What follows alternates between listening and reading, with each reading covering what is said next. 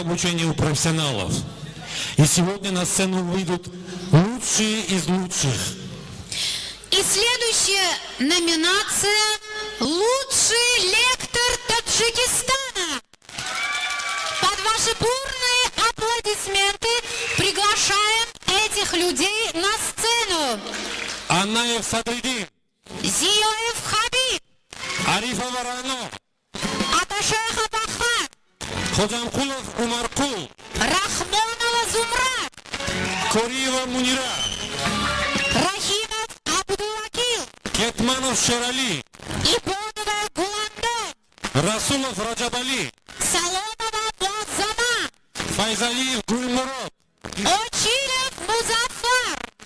Ваши аплодисменты этим людям. Это лучшие из лучших лекторов Республики Таджикистан в бизнесе Тиньши.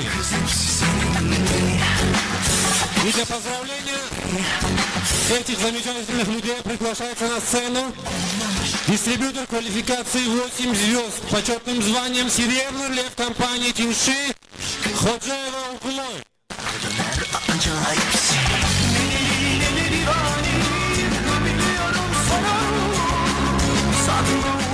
Давайте мы им дадим слово, потом поздравим. هزار رحمت. السلام علیکم کلی اشتراک کنندگان چهاربینی امروزه مهمانانی از درون نزدیک آمده. من انای صدردین دیستریبیوتور 8 ستاره از ناحیه یاوان راهبر مرکزی اطلاعاتی. راستی در این صحنه در این قطار راویان بهترین استادانی من این به سبب نیست، چون که از آن روزی که من فعالیت خود را در شرکت تیانشی سر کردم، هر باره که در چهاربینی ادانه در مشغولیت های شرکت چگل می دیدم که استادم آن نفره که مرا به این تجارت تکلیف کرد و چشم مرا در اینجا کشاد فیضله و زرین بانو برآمد میکردن، مرا نیز هوس میکرد که مثل او در منبرهای کلان برآمده سخن گویم. خوشبختانه این آرزویم عملی گشت. یک تاریخ عجیبک، شخصی که زبان روسی را نمیدانم 8 ستاره برآمدگی در مسکو چهاربینی می شود و من باید سخن گویم، لیکن خواهش شد که با زبان روسی غیرت و همین تشکیلات شرکت تیانشی را با قوتی و با غیرتش میگم که هر یک انسان غیرت می‌دازد است.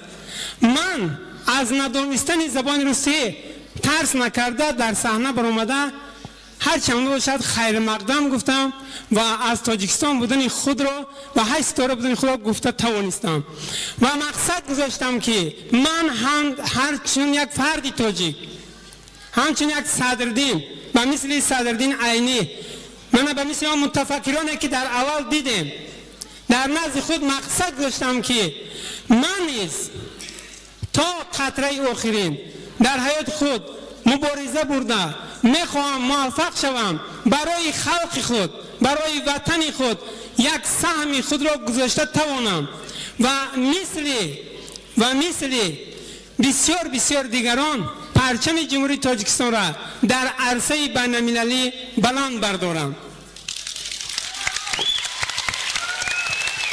و با زل نشستگی ها یک مراجعه اول بخصوص به آنهایی که سلامتی را از دست دادند و امروز در یک حالت ناامیدی ایستادند، یعنی همچون کارنشای هم خود را حساب میکنند. یک بار دیگر فکر کنید و از این امکانیت استفاده برید.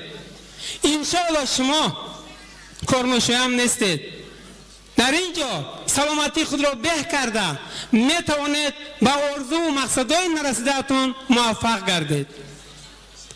با آن جوانان مراجعت کردنیم میخواستید معلومات عالی گرفته در دانشگاه های